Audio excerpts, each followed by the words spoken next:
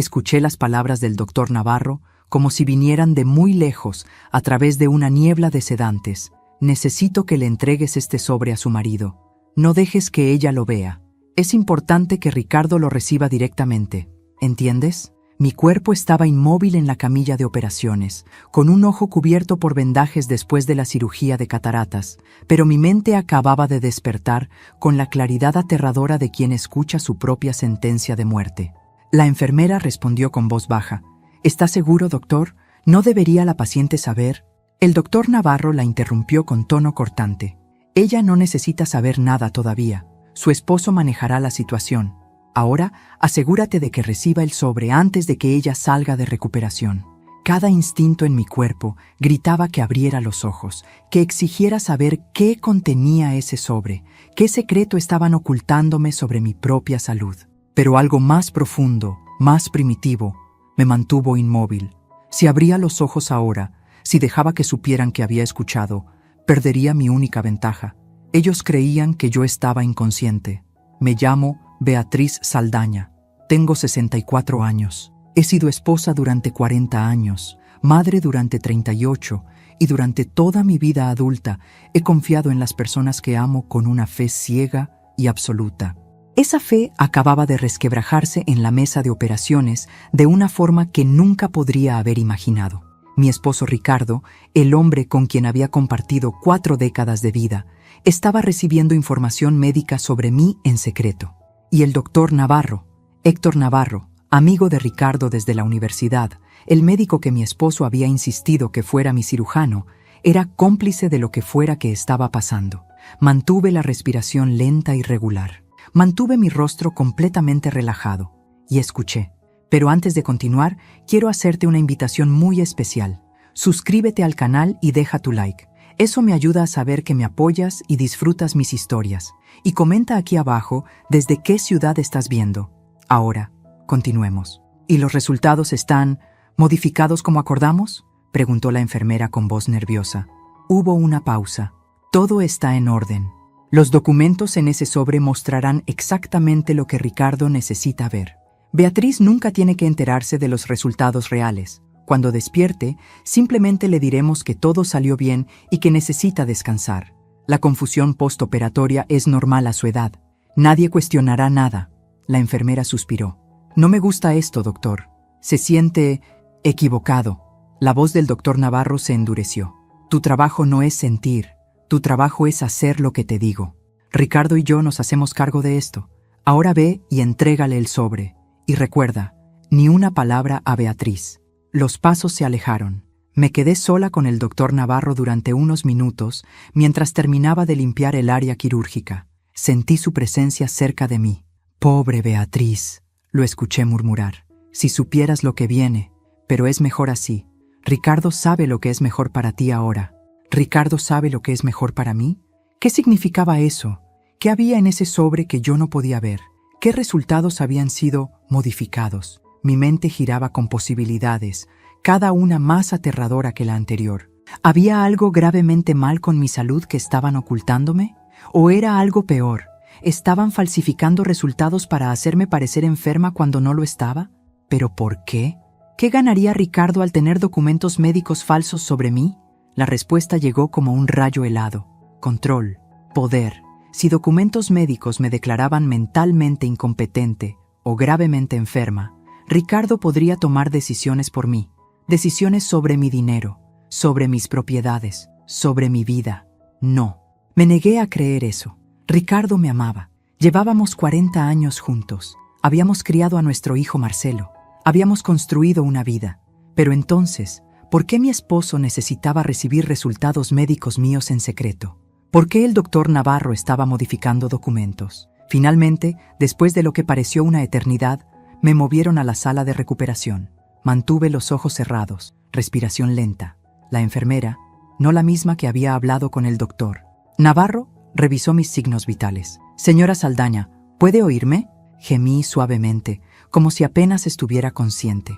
Está bien, descanse. Su esposo está esperando afuera. Lo dejaremos pasar en unos minutos. Ricardo. Mi esposo estaba ahí afuera, esperando recibir el sobre que contenía. ¿Qué? ¿Mi sentencia? ¿Mi destino decidido sin mi conocimiento? Abrí ligeramente el ojo que no estaba vendado, apenas una rendija. A través de mis pestañas vi la sala de recuperación. 3 camas, 2 ocupadas por otros pacientes que dormían. La enfermera había salido. La puerta se abrió. Era Ricardo, mi esposo de 40 años, con su cabello gris perfectamente peinado, su traje caro, su rostro que yo había amado durante décadas, y detrás de él, discretamente, la enfermera del quirófano le entregaba un sobre manila. Ricardo lo tomó rápidamente y lo guardó dentro de su chaqueta. No me miró, no verificó cómo estaba, no preguntó por mi condición. Simplemente tomó el sobre y asintió. «Gracias», murmuró. «¿Y ella?». La enfermera respondió. «Está descansando. Estará confundida cuando despierte, como es normal. El doctor dijo que usted sabe qué hacer». Ricardo sonrió. Una sonrisa que nunca le había visto. Fría, satisfecha. «Sí», dijo. «Sé exactamente qué hacer». Se acercó a mi cama. Fingí dormir profundamente. Sentí su mano tocar la mía, un gesto que debería haber sido tierno, pero que ahora me producía náusea. «Pobre Beatriz», susurró, haciéndose eco de las palabras del doctor Navarro. «Todo va a cambiar ahora, pero no te preocupes, yo me encargaré de todo». En ese momento, con el corazón rompiéndose en mi pecho, pero la mente funcionando con claridad cristalina, tomé una decisión. Iba a descubrir qué contenía ese sobre. Iba a descubrir qué estaban planeando. Y cuando lo hiciera, Ricardo y el doctor Navarro aprenderían que subestimaron gravemente a la pobre Beatriz, porque la mujer en esa camilla no era la víctima indefensa que ellos creían. Era una mujer que acababa de despertar a una verdad horrible. Y las mujeres despiertas son peligrosas. Para entender cómo llegué a ese momento, fingiendo inconsciencia en una camilla de hospital mientras mi esposo conspiraba con mi médico, necesito regresar 40 años atrás, al día en que conocí a Ricardo Saldaña en una exposición de arte en Sao Paulo, cuando yo tenía 24 años y él 28. Yo era maestra de literatura en una escuela secundaria. Él era arquitecto junior en una firma prestigiosa. Compartimos una conversación de 2 horas frente a un cuadro de Portinari. Me enamoré de su inteligencia, de cómo hablaba apasionadamente sobre diseño y belleza. Me enamoré de cómo me miraba como si fuera lo más fascinante en la sala. Nos casamos 1 año después. Fue una boda pequeña pero elegante, pagada con los ahorros de ambos. No teníamos mucho dinero entonces, pero teníamos sueños. Ricardo iba a convertirse en arquitecto reconocido. Yo escribiría libros además de enseñar. Construiríamos una familia hermosa. Y durante años parecía que esos sueños se estaban haciendo realidad. Marcelo nació 2 años después de nuestra boda. Un bebé hermoso con los ojos de Ricardo y mi sonrisa, según decían todos. Yo dejé la enseñanza para criarlo durante sus primeros años. Ricardo ascendió en su firma. La vida era buena, modesta, pero buena. Vivíamos en un departamento pequeño, ahorrábamos cuidadosamente, planeábamos nuestro futuro. Todo cambió cuando mis padres murieron hace 15 años. Ellos habían sido dueños de varias propiedades comerciales en Montes Claros. Cuando murieron en un accidente de auto, yo heredé todo. 4 edificios de departamentos, 2 locales comerciales y una suma considerable en inversiones. De la noche a la mañana, pasamos de clase media cómoda a genuinamente ricos. Ricardo cambió después de eso, sutilmente al principio. Dejó su trabajo en la firma y abrió su propio estudio de arquitectura boutique. Compró autos caros. Comenzó a vestirse con ropa de diseñador. Necesito mantener una imagen apropiada para atraer clientes de alto nivel, decía. Yo no objeté. Era mi esposo. Compartíamos todo, ¿no? Pero gradualmente noté que sus clientes de alto nivel nunca se materializaban. Su estudio perdía dinero consistentemente. Cuando yo preguntaba sobre las finanzas, Ricardo se ponía defensivo. No te preocupes por eso, Beatriz. Yo manejo los negocios. Tú enfócate en administrar las propiedades de tus padres. Y yo obedecía, porque eso es lo que había hecho durante 40 años. Confiar en Ricardo. Marcelo, nuestro hijo, creció en esta nueva riqueza. Ricardo lo mimó excesivamente. Le compró todo lo que quería. Le pagó las mejores escuelas, viajes al extranjero, un auto deportivo cuando cumplió 18. Yo intenté establecer límites. Ricardo, lo estamos malcriando. Necesita aprender el valor del trabajo. Pero mi esposo me descartaba.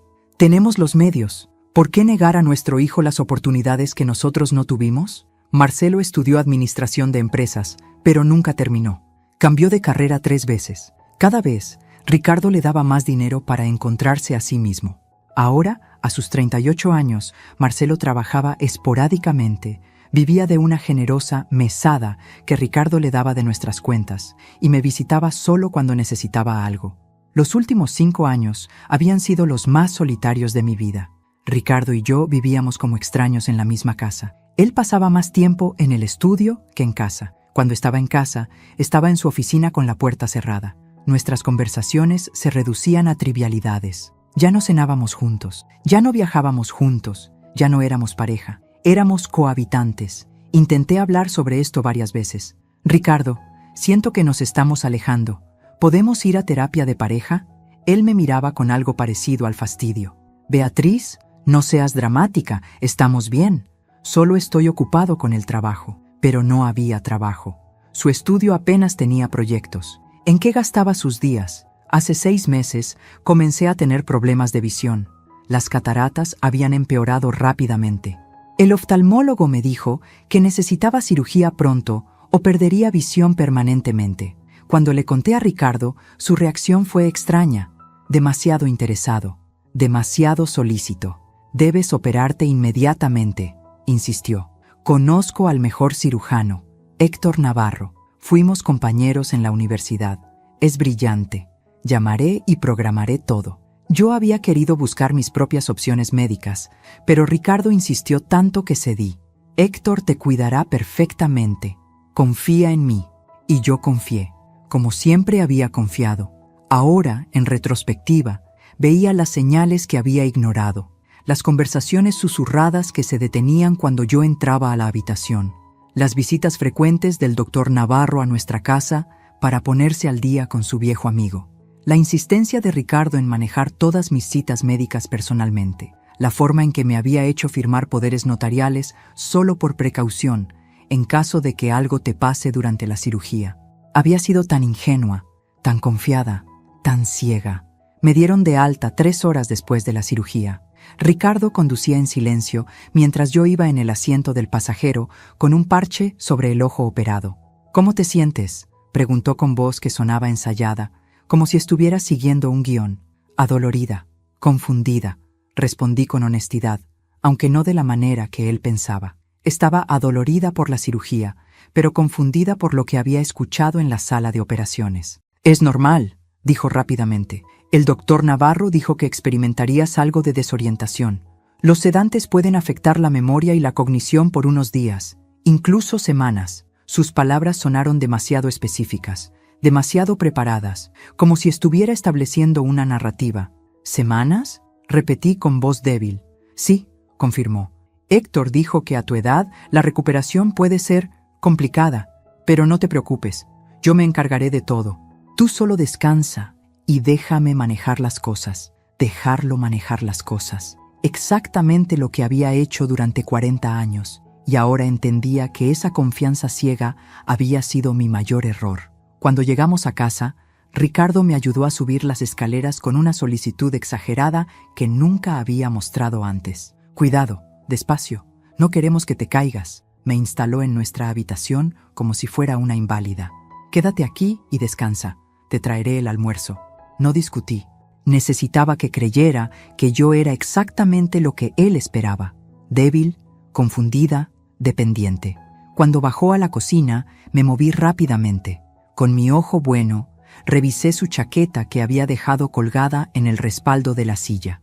El sobre Manila seguía ahí. Mis manos temblaban mientras lo sacaba. Estaba sellado. Consideré abrirlo, pero escuché sus pasos en las escaleras. Lo devolví rápidamente y me tiré en la cama, fingiendo dormir. Ricardo entró, colocó una bandeja en la mesa de noche y salió sin hacer ruido, pero no bajó las escaleras. Escuché su voz desde el pasillo, hablando por teléfono en voz baja. Me levanté sigilosamente y me acerqué a la puerta. Sí, Héctor, salió perfecto. Tiene el parche puesto y está desorientada como predijiste. ¿Los documentos están listos? Bien, mañana comenzamos el proceso. Sí. Marcelo vendrá esta noche para discutir los detalles. No, ella no sospecha nada. Está exactamente donde la necesitamos. Mi sangre se heló.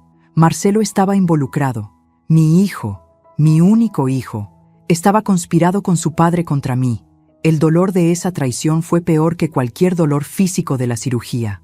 Los siguientes días fueron una actuación cuidadosa de ambos lados. Yo fingía estar más confundida de lo que estaba. ¿Qué día es hoy? ¿Ya tomé mis medicamentos?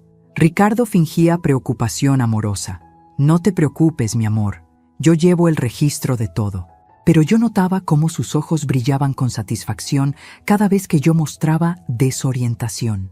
El doctor Navarro vino a la casa 3 veces esa primera semana, supuestamente para revisiones postoperatorias, pero yo notaba que sus visitas duraban horas y siempre incluían reuniones privadas con Ricardo en el estudio, con la puerta cerrada, conversaciones en voz baja que no podía escuchar completamente, pero cuyo tono era conspirador. Marcelo apareció el tercer día. «Hola, mamá», dijo con beso mecánico en mi mejilla. «¿Cómo te sientes?» No me preguntó por preocupación genuina. Preguntaba para evaluar mi estado. «Confundida», respondí, jugando mi papel. No recuerdo bien las cosas. Vi cómo intercambiaba una mirada significativa con Ricardo. «Es normal, mamá. Solo necesitas descansar». Esa noche, desde mi habitación con la puerta entreabierta, los escuché en el estudio de Ricardo. «¿Estás seguro de que esto va a funcionar, papá?» La voz de Marcelo sonaba nerviosa. «Completamente», respondió Ricardo con confianza. «Héctor ha documentado deterioro cognitivo progresivo, confusión postoperatoria que no mejora, pérdida de memoria. Con estos documentos médicos podemos obtener una declaración de incapacidad legal, y una vez que tengamos eso, las propiedades pasan a tu control», completó Marcelo. «Y mis deudas se resuelven». «Nuestras deudas», corrigió Ricardo. «Ambos estamos hasta el cuello». Entonces era eso, deudas. Ricardo y Marcelo tenían deudas que yo desconocía, y mi incapacidad mental era la solución que habían planeado. Si me declaraban legalmente incompetente, Ricardo tomaría control total de mis propiedades heredadas. Podría venderlas, liquidarlas, usar el dinero para pagar sus deudas. Y yo quedaría, ¿dónde? ¿En una institución? ¿Medicada y silenciada? El terror de esa realización fue seguido inmediatamente por furia. Durante 40 años había confiado en este hombre. Le había dado mi juventud, mi amor, mi lealtad absoluta. Había criado a su hijo con devoción. Y así era como me pagaban. Conspiración, traición, planes para robarme mi autonomía y mi fortuna. Pero ellos habían cometido un error fatal. Subestimaron a Beatriz Saldaña. Pensaron que décadas de ser esposa obediente me habían vuelto débil. No sabían que la misma mujer que había administrado propiedades complejas durante 15 años, que había negociado con inquilinos difíciles y abogados astutos, podía ser formidable cuando se la provocaba. Esa noche, mientras Ricardo dormía, bajé silenciosamente al estudio. Necesitaba ver ese sobre. El estudio de Ricardo estaba iluminado solo por la luz de la luna que entraba por la ventana. Moví con cuidado cada paso, agradecida por las alfombras persas que silenciaban mis pisadas. Mi ojo bueno se había adaptado a la oscuridad.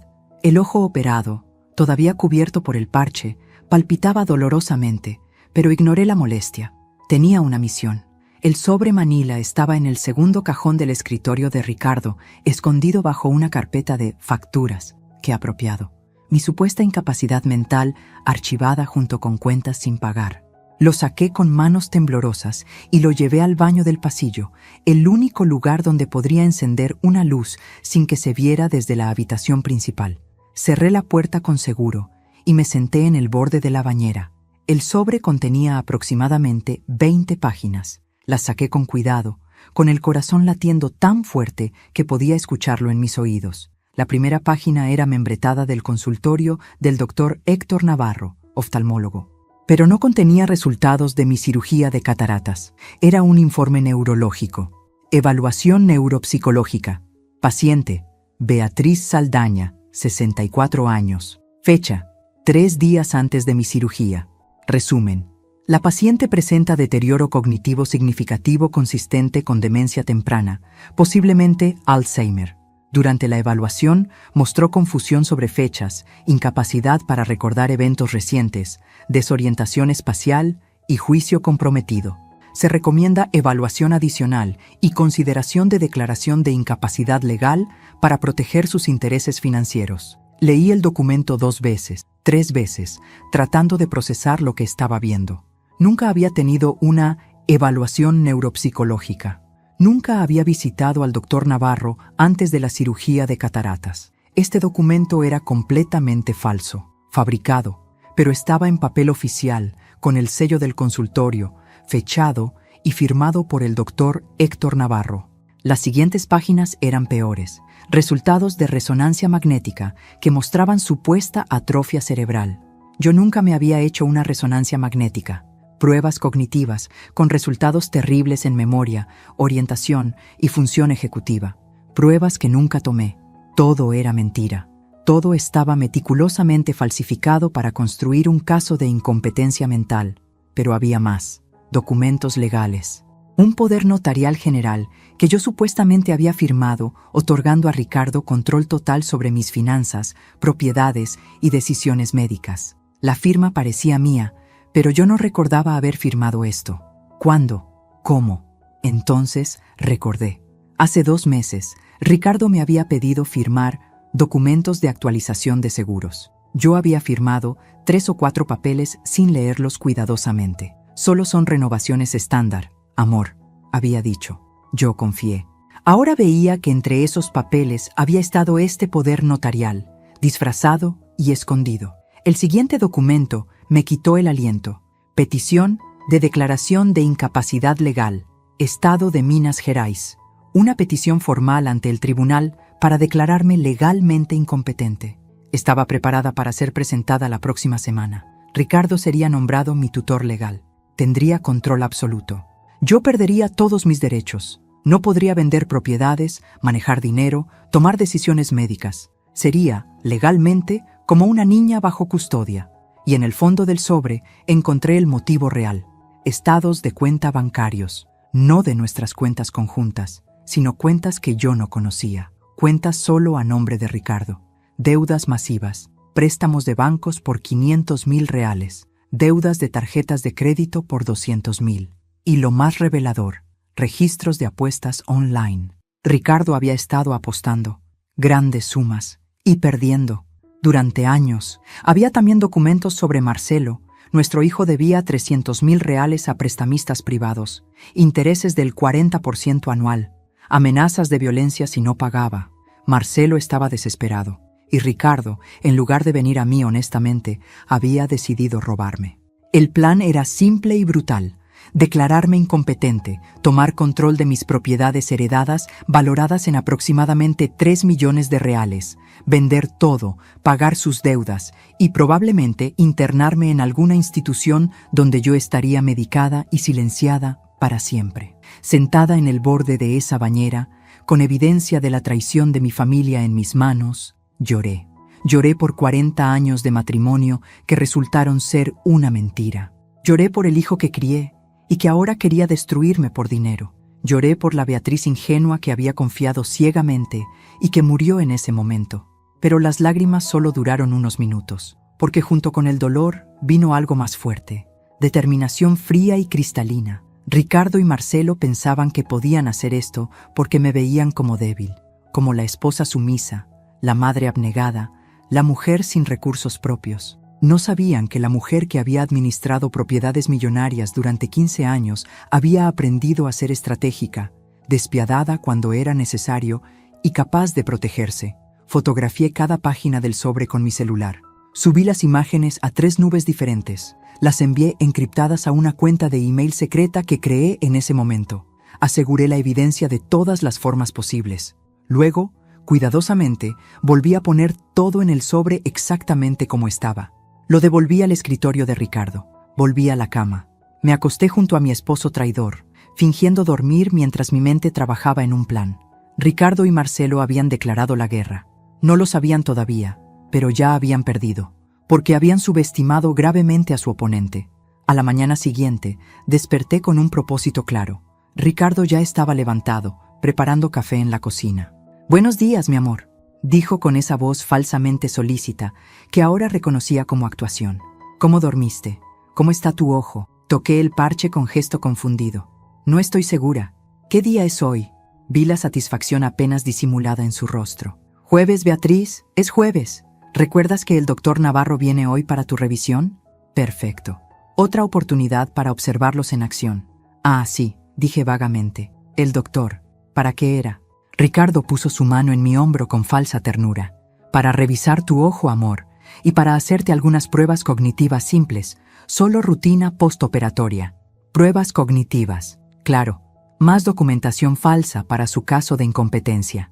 El doctor Navarro llegó a las 10, alto, distinguido, con cabello plateado y sonrisa profesional que ahora veía como la máscara que era. Beatriz, ¿cómo estás?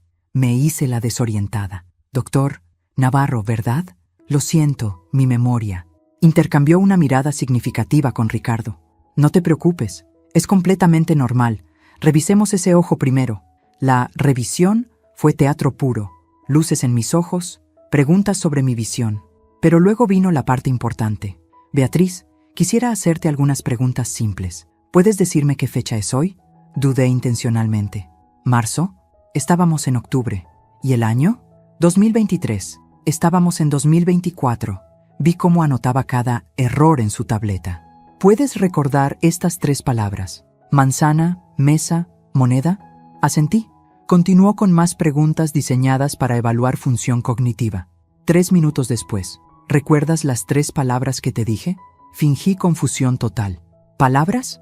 No recuerdo que me hayas dicho palabras. Otra nota en su tableta. Otra evidencia de mi deterioro mental fabricada en tiempo real. Cuando terminó, Ricardo lo acompañó al estudio. Yo subí las escaleras ruidosamente.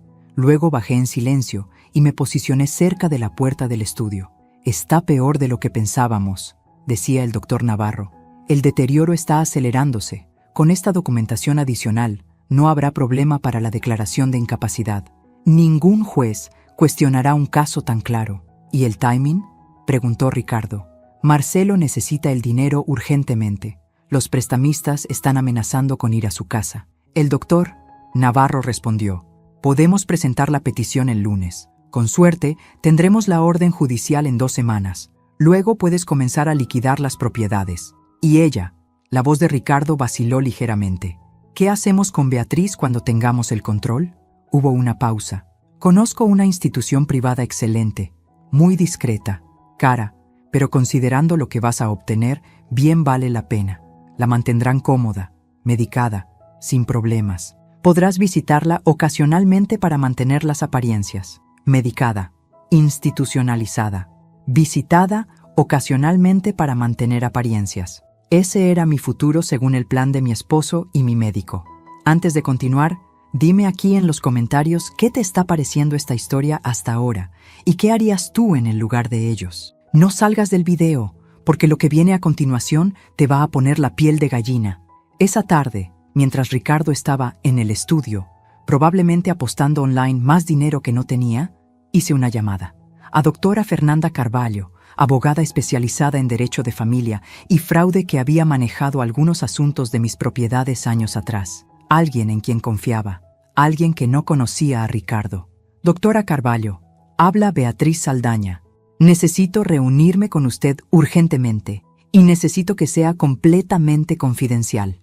Escuché la preocupación en su voz. ¿Está usted bien, Beatriz? No, respondí honestamente, pero voy a estarlo. ¿Puede recibirme mañana? Por supuesto, 10 de la mañana en mi oficina. Perfecto. Y doctora Carvalho, nadie puede saber de esta reunión, especialmente mi esposo. Esa noche, Marcelo vino a cenar. Mi hijo, mi traidor hijo. Lo observé con ojos nuevos mientras comía el asado que yo había preparado. 28 años limpiando sus rodillas raspadas, ayudándolo con su tarea, consolándolo cuando lloraba. Y ahora estaba aquí, sonriéndome, preguntando, ¿cómo te sientes, mamá? Mientras planeaba mi destrucción por dinero. Confundida, respondí jugando mi papel. No recuerdo bien las cosas últimamente. Vi el alivio en su rostro. Es normal, mamá. El doctor Navarro dice que es parte de la recuperación. Mentiroso. Todos eran mentirosos. Después de la cena, Ricardo y Marcelo se encerraron en el estudio otra vez. Yo subí ruidosamente a la habitación. Luego bajé y escuché. ¿Cuánto más tenemos que esperar? La voz de Marcelo sonaba desesperada. Los prestamistas me dieron hasta fin de mes. Si no pago, van a... Cálmate, interrumpió Ricardo. El lunes presentamos los documentos. En 2 semanas tendremos control total. Puedo darte un adelanto de mis cuentas para que los calmes temporalmente. ¿De qué cuentas, papá? ¿Estás tan enterrado como yo? Ricardo bajó la voz. Tengo otras opciones. Maneras de obtener efectivo rápido. Hubo un silencio. No estarás pensando en... Beatriz tiene joyas. Su madre le dejó piezas valiosas. Puedo vender algunas discretamente. Ella ni siquiera se dará cuenta en su estado. Planeaban robar mis joyas, las joyas de mi madre. Cada revelación era una puñalada más profunda, pero también combustible para mi determinación. Al día siguiente saldría de esta casa, iría a ver a doctora Carvalho y comenzaría mi contraataque. La mañana siguiente, le dije a Ricardo que necesitaba ir a comprar medicamentos para el ojo. ¿Quieres que te acompañe?, ofreció con falsa preocupación. No, estaré bien. Solo voy a la farmacia de la esquina. Me miró dudoso. ¿Estás segura de que puedes manejar sola? Con tu confusión, es solo una cuadra. Insistí con tono vago. Necesito aire fresco. Finalmente asintió. Bien, pero regresa pronto. No quiero que te pierdas. No fui a la farmacia. Tomé un taxi directo a la oficina de doctora Fernanda Carvalho en el centro de Montes Claros. Su oficina estaba en el 10º piso de un edificio corporativo. Ella me recibió personalmente, con expresión preocupada al ver mi parche en el ojo. Beatriz, ¿qué sucede? Cerré la puerta detrás de mí. Mi esposo y mi hijo están tratando de declararme legalmente incompetente para robar mi herencia. Y tengo pruebas de todo. Durante la siguiente hora, le mostré todo. Las fotografías de los documentos médicos falsos, las grabaciones de audio que había hecho discretamente de las conversaciones entre Ricardo y el doctor Navarro, los estados de cuenta mostrando las deudas masivas, la petición de incapacidad preparada para presentar al tribunal. La doctora Carvalho revisó cada documento con creciente horror. Esto es fraude médico a nivel criminal, dijo finalmente. El doctor Navarro podría perder su licencia y enfrentar prisión. Y Ricardo, Beatriz, esto es abuso de persona mayor, fraude, falsificación de documentos. Las consecuencias legales son severas. Respiré profundo. ¿Puedo detenerlos? Ella asintió firmemente. Absolutamente. Y no solo detenerlos. Podemos contraatacar de manera que nunca pensaron posible. La doctora Carvalho trazó un plan. Primero, necesitábamos una evaluación neuropsicológica real de un médico independiente para demostrar que yo estaba completamente competente. Conozco a la doctora Silva, neuropsicóloga de prestigio intachable. Puedo conseguir una cita urgente para hoy mismo. Segundo, necesitábamos asegurar mis activos inmediatamente. Vamos a congelar todas las cuentas conjuntas, revocar todos los poderes notariales que firmaste y transferir tus propiedades a un fideicomiso irrevocable donde solo tú tengas control. Tercero, y más importante, necesitábamos evidencia adicional. Las grabaciones que tienes son buenas, pero necesitamos más. Necesitamos que ellos se incriminen de manera indiscutible. Me explicó su plan.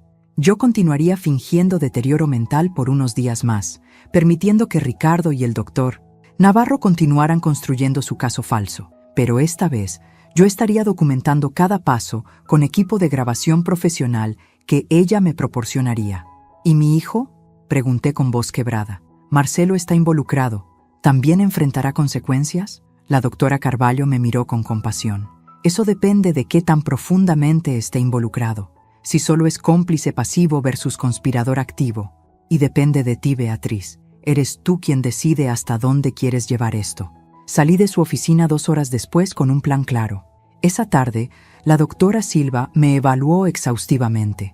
3 horas de pruebas cognitivas, de memoria, de función ejecutiva. Los resultados fueron inequívocos. Señora Saldaña, usted tiene la función cognitiva de alguien 20 años más joven. 0 signos de demencia o deterioro. Quien escribió ese informe mintió flagrantemente. Esa noche volví a casa con pequeños dispositivos de grabación escondidos en mi ropa, cortesía de un investigador privado que la doctora Carvalho había contratado. Ricardo estaba furioso. ¿Dónde estuviste? Dijiste que ibas a la farmacia. Has estado fuera 4 horas. Toqué mi cabeza con confusión fingida. 4 horas, Pensé que había sido solo unos minutos. Me perdí. Un señor amable me trajo de vuelta. Vi cómo la furia se convertía en satisfacción apenas oculta. Mi confusión, severa, servía perfectamente a su narrativa. Esto es exactamente de lo que estaba hablando, dijo, y supe que estaba pensando en voz alta para justificarse a sí mismo. No puedes estar sola, es peligroso, necesitas supervisión constante. Los siguientes 3 días fueron una obra de teatro elaborada. Yo actuaba cada vez más confundida. Dejaba el horno encendido accidentalmente. Olvidaba conversaciones que habíamos tenido minutos antes. Llamaba a Ricardo por el nombre de su padre muerto. Cada episodio era cuidadosamente calculado para darles confianza, y cada episodio era grabado en video y audio de alta calidad. Ricardo llamaba al doctor Navarro después de cada incidente. Héctor, está empeorando rápidamente. Hoy dejó el agua corriendo en la bañera y casi inunda el baño. Ayer me preguntó dónde estaba Marcelo cuando él acababa de irse hace 5 minutos. Las conversaciones eran documentadas. El doctor Navarro respondía: perfecto. Esto solo refuerza nuestro caso. Asegúrate de documentar cada incidente. Fotografías si es posible. Qué irónico. Él pedía documentación mientras yo documentaba su conspiración. El viernes, una semana después de mi cirugía, Marcelo vino con noticias urgentes. Papá, los prestamistas no pueden esperar más. Necesito 200,000 reales para el lunes o van a... Dejó la amenaza sin terminar. Ricardo lucía estresado. El lunes presentamos los documentos, pero la orden judicial tardará al menos 2 semanas. ¡No tengo 2 semanas!, gritó Marcelo. Fue entonces cuando escuché lo que necesitaba. Ricardo bajó la voz. Hay otra opción. Puedo falsificar la firma de Beatriz en documentos de venta de una de las propiedades, cerrar un trato rápido, obtener efectivo inmediato. Eso no es... Marcelo vaciló. ¿Ilegal? Todo esto es ilegal, hijo. ¿Cuál es una cosa más? La grabadora capturó cada palabra. Confesión de plan de falsificación de documentos. Perfecto. El domingo por la noche, organicé lo que sería mi obra maestra de actuación. Ricardo, le dije con voz temblorosa durante el desayuno, quiero hacer una cena familiar esta noche. Tú, Marcelo y yo, como solíamos hacer. Vi la sorpresa en su rostro, seguida rápidamente por cálculo. ¿Estás segura de que te sientes con fuerzas para cocinar, amor? Asentí con determinación fingida. Quiero hacerlo. Siento que algo está mal, que estoy perdiendo cosas. Quiero estar con mi familia mientras todavía puedo. Las palabras fueron perfectamente elegidas. Ricardo llamó a Marcelo inmediatamente. Tu madre quiere una cena familiar esta noche. Dice que siente que está perdiendo la cabeza. Ven a las 7. Esto podría ser útil. Útil. Qué palabra reveladora. Pasé el día cocinando los platos favoritos de mi familia. Feijoada, farofa, couve. El aroma llenaba la casa con memorias de tiempos más felices. Tiempos que ahora sabía habían sido parcialmente ilusión. Mientras cocinaba, verificaba discretamente los dispositivos de grabación escondidos en la sala y el comedor. Todo funcionaba perfectamente. Esta cena quedaría documentada en video y audio de calidad forense. Marcelo llegó exactamente a las 7. Me abrazó con frialdad mecánica. Hola, mamá. Huele delicioso. Nos sentamos a la mesa. Yo serví la comida con manos que temblaban intencionalmente. Derramé un poco de vino al servir. Ay, perdón, estoy tan torpe últimamente. Ricardo limpió rápidamente. No te preocupes, Beatriz. Todos tenemos días difíciles. A mitad de la cena hice mi movimiento. Marcelo, dije con voz confundida. ¿Cuándo te graduaste de la universidad? No puedo recordar. Mi hijo intercambió una mirada con Ricardo. Mamá, yo no me gradué. ¿Recuerdas que dejé la carrera? Fruncí el ceño. No. Estoy segura de que te graduaste. Fuimos a la ceremonia. Roberto estaba tan orgulloso. Roberto era mi difunto suegro. Había mezclado deliberadamente a Marcelo con su tío. Mamá, dijo Marcelo con paciencia exagerada. Roberto era el abuelo. Murió hace 15 años y yo nunca me gradué. Me llevé la mano a la cabeza. Tienes razón. Perdón. Todo está tan confuso. Vi la mirada que intercambiaron. Una mirada de satisfacción. Su madre estaba definitivamente perdiendo la razón. Beatriz, dijo Ricardo con voz cuidadosamente controlada. ¿Recuerdas lo que hablamos esta mañana sobre los documentos que necesitas firmar? Fingí confusión total. ¿Documentos? No recuerdo ningún documento. Él sacó papeles de su maletín. Los reconocí inmediatamente. Documentos de venta de una de mis propiedades. Solo necesito que firmes aquí, amor. Es para actualizar los registros de la propiedad de la Avenida Brasil. ¿Tenemos una propiedad en Avenida Brasil? Pregunté con genuina desorientación actuada. Sí, Beatriz, la heredaste de tus padres. ¿Recuerdas? Tomé los documentos con manos temblorosas. No sé, esto parece importante. Tal vez debería leerlo primero. La impaciencia cruzó el rostro de Ricardo. No necesitas leerlo. Yo lo revisé. Solo firma. Confía en mí. Confía en mí. Las mismas palabras que había usado durante 40 años para manipularme. Está bien, dije finalmente, alcanzando la pluma. Pero entonces, deliberadamente, derramé mi vaso de vino sobre los documentos. ¡Ay! Lo siento mucho. Ricardo se levantó bruscamente, con los documentos empapados de vino tinto. Beatriz, por Dios. Vi furia genuina en su rostro por primera vez. Fue un accidente, dije con lágrimas en los ojos. No quise. Marcelo intervino. Papá, cálmate. Ella no lo hizo a propósito. Ya viste cómo está. Ricardo respiró profundamente, controlándose. Tienes razón.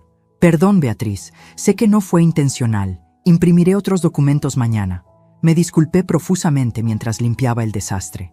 Luego, como si la tensión hubiera sido demasiado, me desplomé en la silla con sollozos. No sé qué me está pasando. Mi mente. Todo está tan confuso.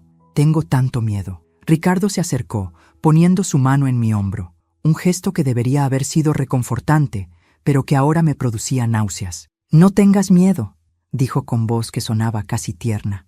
Marcelo y yo nos encargaremos de todo. Tú solo necesitas descansar y dejarnos manejar las cosas difíciles. Marcelo asintió. Sí, mamá. Vamos a cuidar de ti. Vamos a asegurarnos de que estés segura, en una institución, medicada, silenciada. Después de que limpiamos, nos movimos a la sala. Fingí estar exhausta. Creo que necesito acostarme. Pero antes de levantarme, miré a mi hijo y esposo. Los amo. ¿Saben eso, verdad? Los amo tanto. Vi incomodidad en el rostro de Marcelo, tal vez un destello de culpa, pero Ricardo solo sonrió. Lo sabemos, amor, y nosotros también te amamos. Mentiras. Todo eran mentiras. Me fui a la habitación dejándolos solos en la sala. Sabía que hablarían, y tenía razón. Desde mi habitación, con la puerta entreabierta, los escuché claramente, y la grabadora en la sala capturaba cada palabra. Está peor de lo que pensaba, dijo Marcelo. ¿Viste cómo confundió todo? ¿Cómo derramó el vino justo cuando iba a firmar? Ricardo soltó una risa breve. Conveniente, ¿no? Parte de mí se pregunta si lo hizo a propósito. Papá, acabas de ver su estado. No puede ni recordar si yo me gradué. No hay manera de que esté fingiendo.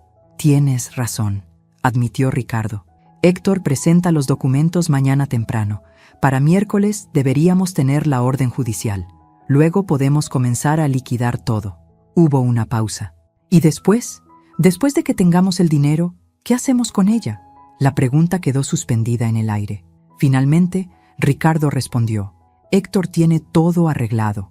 La institución Santa María. Es privada, discreta.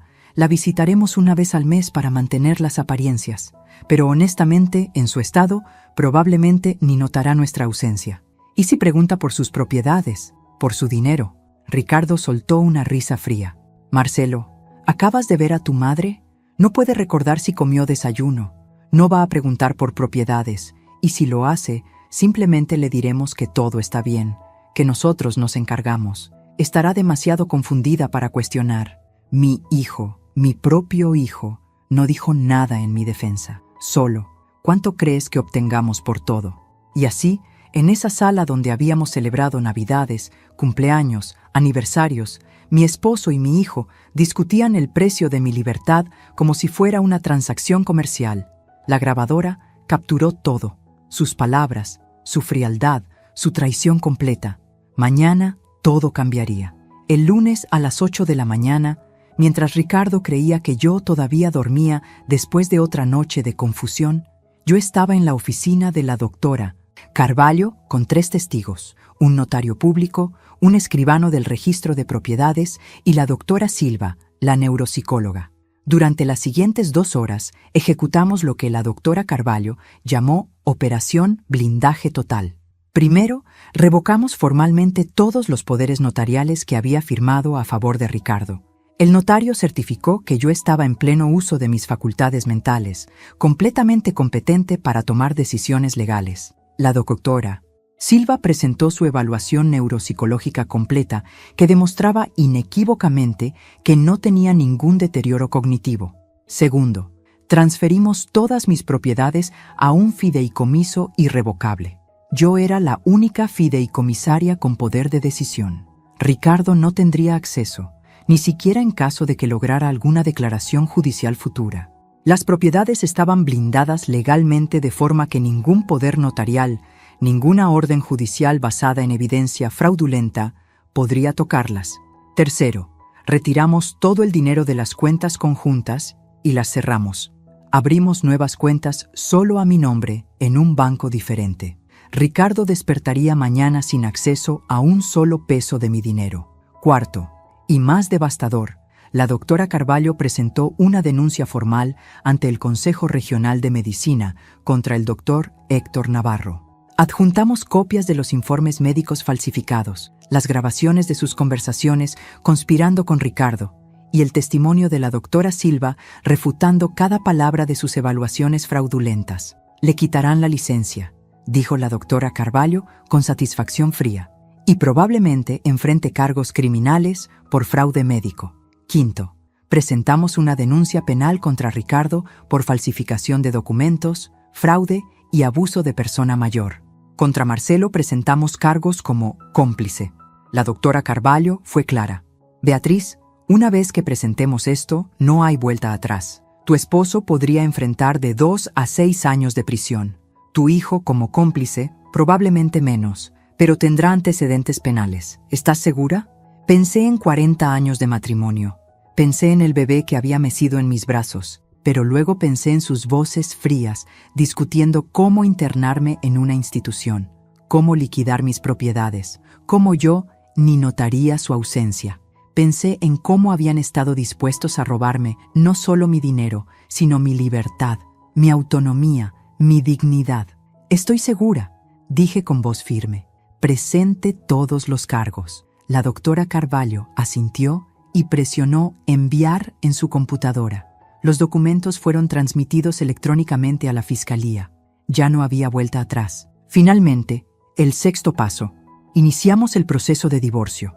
Demanda por fraude, abuso emocional, conspiración para cometer fraude financiero. Solicité división de bienes con la estipulación de que Ricardo no recibiría nada de mis propiedades heredadas y que su mitad de cualquier bien común adquirido durante el matrimonio sería reducida significativamente debido a su conducta fraudulenta.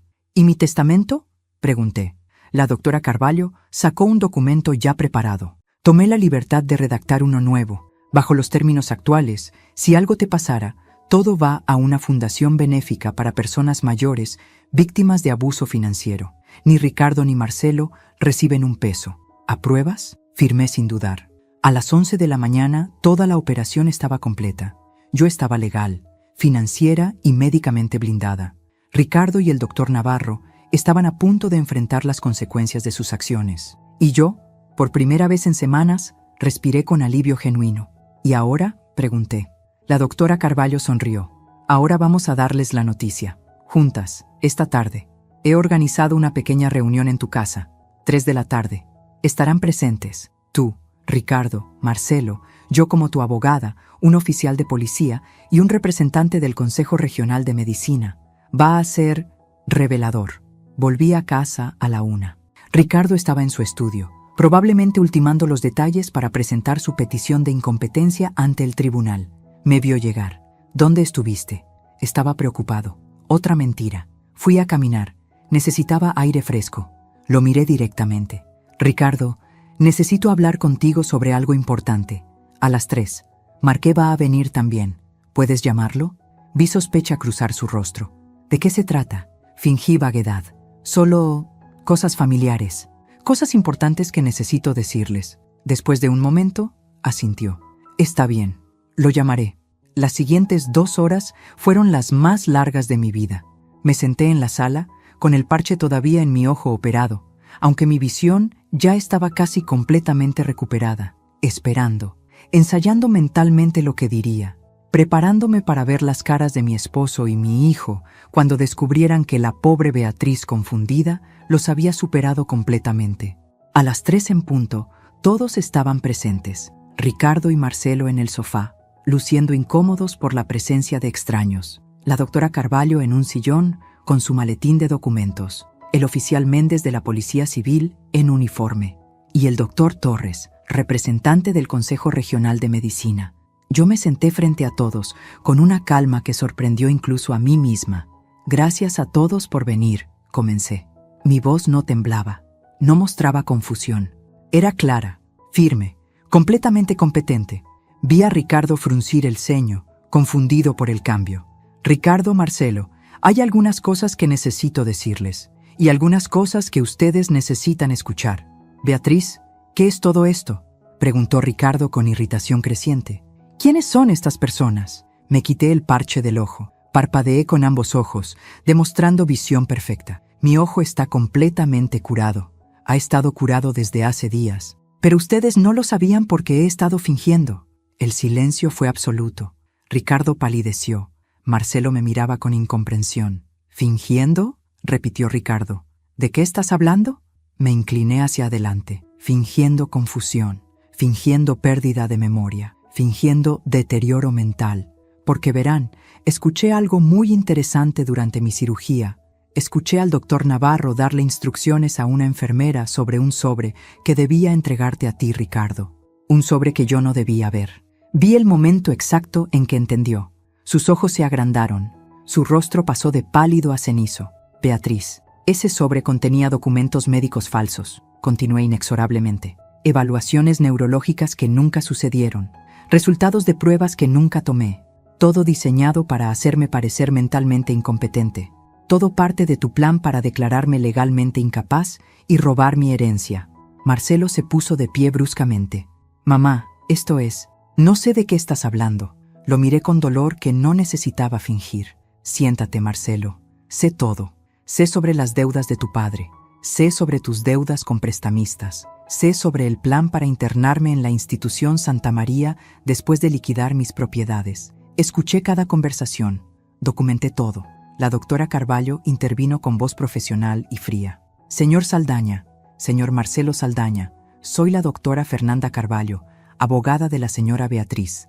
Durante la última semana, mi cliente ha documentado exhaustivamente su conspiración para cometer fraude médico, falsificación de documentos y abuso financiero de persona mayor. Tenemos grabaciones de audio y video de ustedes discutiendo estos planes. Tenemos copias de los documentos falsos. Tenemos evidencia de las deudas que los motivaron. El doctor Torres del Consejo Médico habló. También tenemos evidencia contra el doctor Héctor Navarro. Está siendo suspendido de la práctica médica efectivo inmediatamente mientras investigamos cargos de fraude médico y falsificación de documentos médicos. Enfrentará un proceso disciplinario completo que probablemente resultará en la revocación permanente de su licencia. Ricardo encontró su voz. Esto es absurdo. Beatriz, has estado claramente confundida. Malinterpretaste conversaciones. Héctor solo estaba tratando de ayudarte. Su tono era condescendiente, como si todavía pudiera manipularme. Saqué mi teléfono. ¿Malinterpreté esto? Presioné play. La voz de Ricardo llenó la sala. Puedo falsificar la firma de Beatriz en documentos de venta de una de las propiedades. Cerrar un trato rápido, obtener efectivo inmediato. La voz de Marcelo. ¿Eso no es ilegal? Ricardo. Todo esto es ilegal, hijo.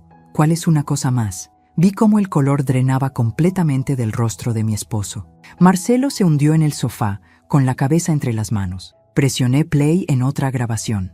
Esta vez, la conversación sobre internarme. La visitaremos una vez al mes para mantener las apariencias, pero honestamente, en su estado, probablemente ni notará nuestra ausencia. Cuando la grabación terminó, el silencio era ensordecedor. Finalmente, el oficial Méndez habló. Señor Ricardo Saldaña, señor Marcelo Saldaña, tengo órdenes de notificarlos formalmente que enfrentan cargos penales. Señor Ricardo, está acusado de fraude, falsificación de documentos, conspiración para cometer fraude financiero y abuso de persona mayor. Señor Marcelo, está acusado como cómplice en estos crímenes. Tienen derecho a permanecer en silencio. Tienen derecho a un abogado. Ricardo se puso de pie, con las manos temblando. Beatriz, por favor, podemos resolver esto. Somos familia. 40 años de matrimonio. No puedes. 40 años. Lo interrumpí, y mi voz finalmente se quebró. 40 años donde te di todo. Mi juventud, mi confianza, mi amor. Criamos a un hijo juntos. Construimos una vida. Y tú estabas dispuesto a encerrarme en una institución, robar todo lo que tengo y visitarme una vez al mes para mantener apariencias. Las lágrimas corrían por mi rostro ahora, pero no eran lágrimas de debilidad. Eran lágrimas de rabia, de traición, de duelo por lo que había perdido. Me amé equivocadamente, dije. Confié equivocadamente. Pero no seré victimizada equivocadamente. He presentado demanda de divorcio. Todas mis propiedades están protegidas en un fideicomiso que tú no puedes tocar. Todas nuestras cuentas conjuntas están cerradas, y ambos van a enfrentar consecuencias legales por lo que intentaron hacerme. Me volví hacia Marcelo, mi hijo, mi traidor hijo. Tú especialmente me decepcionaste. Tu padre al menos tiene la excusa de las deudas de juego, de la codicia adulta. Pero tú, te crié mejor que esto. Te enseñé valores. Y elegiste el dinero sobre tu propia madre. Marcelo sollozaba abiertamente ahora. Mamá, lo siento. Estaba desesperado. Los prestamistas iban a... No, lo corté. No me des excusas. Tuviste opciones. Pudiste venir a mí honestamente. Pudiste pedir ayuda. En cambio, conspiraste para destruirme. La doctora Carvalho se levantó. Señores, sus abogados pueden contactarme para discutir los procedimientos legales. El divorcio procederá. Los cargos criminales procederán. La señora Beatriz ha dejado muy claro que no está interesada en negociaciones o acuerdos. Se volvió hacia mí. ¿Hay algo más que quieras decirles? Miré a Ricardo, 40 años de mi vida. Miré a Marcelo, el bebé que había parido, y sentí vacío, no odio, solo vacío. Quiero que salgan de mi casa, dije finalmente, ahora, y no regresen. Esta casa, que está a mi nombre, ya no es su hogar. Ricardo, tienes una semana para recoger tus pertenencias personales. Marcelo, no eres bienvenido aquí nunca más a menos que vengas con una disculpa genuina y un cambio genuino de corazón. Ahora salgan. Ricardo intentó un último movimiento. Beatriz, esta es también mi casa. No puedes echarme. La doctora Carvalho sonrió fríamente.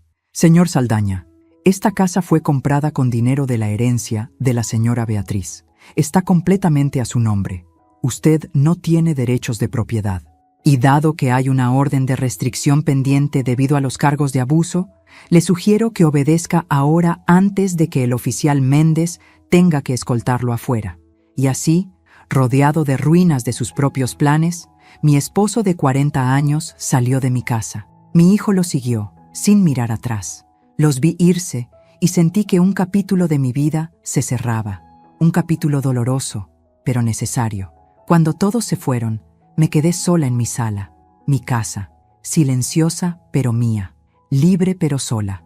Había ganado, pero el precio de la victoria era la destrucción completa de mi familia. Querido amigo, querida amiga, gracias por acompañar a Beatriz hasta el final de esta historia. Sé que fue intensa, dolorosa, pero también una historia sobre dignidad, valentía y la fuerza de una mujer que se negó a ser víctima. Si esta historia te conmovió, si te hizo reflexionar sobre la confianza, la familia y los límites necesarios, presiona el botón de suscripción. Tu apoyo significa todo para mí. Déjame un me gusta si Beatriz te inspiró con su inteligencia y determinación. Y cuéntame en los comentarios, ¿qué te pareció? ¿Hizo Beatriz lo correcto al presentar cargos contra su familia? ¿Qué hubieras hecho tú? ¿Y desde qué ciudad me estás escuchando? Cada comentario es valioso. Somos una comunidad que aprende juntas sobre la vida, las relaciones y el respeto que todos merecemos. Recuerda, esta es una historia completamente ficticia, creada exclusivamente para entretenimiento y reflexión. Los personajes y situaciones son producto de la imaginación, diseñados para hacernos pensar sobre familia, traición y dignidad. Gracias por estar aquí. Nos vemos en la próxima historia.